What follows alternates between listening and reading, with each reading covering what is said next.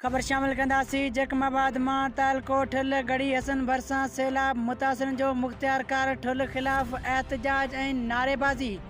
एजी दस्ते जे तफ़सील मूजिबि गढ़ी हसन भरिसां ॻोठ अब्दुल करीम ख़ान कटोहर, ॻोठ हाजी मोहम्मद उमर ख़ान खोसो समेत दे गढ़ी रहमदाद जे मुख़्तलिफ़ ॻोठनि जे बरसात मुतासिरनि जो मुख़्तियारकार ठुल दीदार कंडराणी ख़िलाफ़ एहतजाजी मुज़ाहिरो।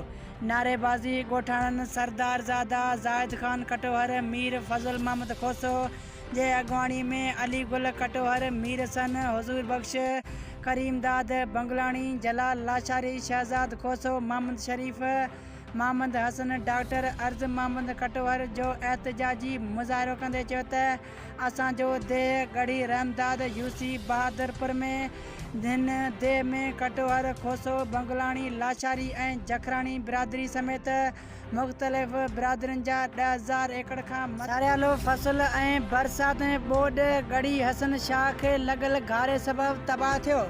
हिननि चयो त हिन वक़्तु बि 5,000 जरेब खां मथे एराज़ी में 2 खां 2.5 फुट पाणी बीठल आहे।